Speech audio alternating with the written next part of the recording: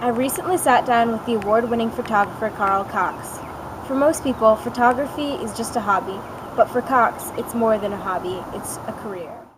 Pretty much, yeah. My parents were artists. My sister is an artist, and I came by it honestly. My father had a dark room when I was a little boy, and when I saw my first picture develop, that was it. It was oh wow, and I was gone. I loved it. Hawkeye, and that's when I was 3 or 4 years old. Well, I can't say that honestly. Probably my first camera I learned to use by the time I was 5 years old, and this sounds almost untrue, but I learned to use a 4x5 camera. I do what is called event photography, where we cover large events, and I do also portrait photography for publication, for book jackets, for speakers' bureaus, things like that. I never had entered any contests or done anything, and I entered a contest with this company that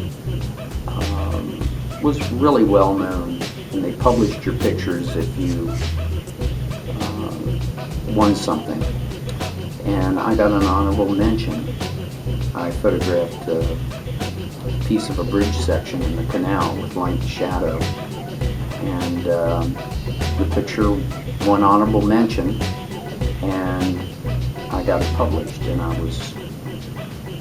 that was the first time that something like that had ever happened. I mean, there was merit in what I did, and it was exciting for me. The tip is that if it's a young photographer that really is serious about the profession, that they want to learn to work with professional photographers or people that are out there in the field, that's the fastest way to learn.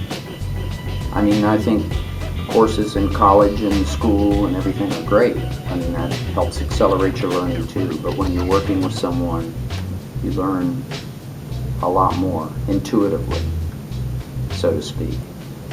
And so I think that would be my advice.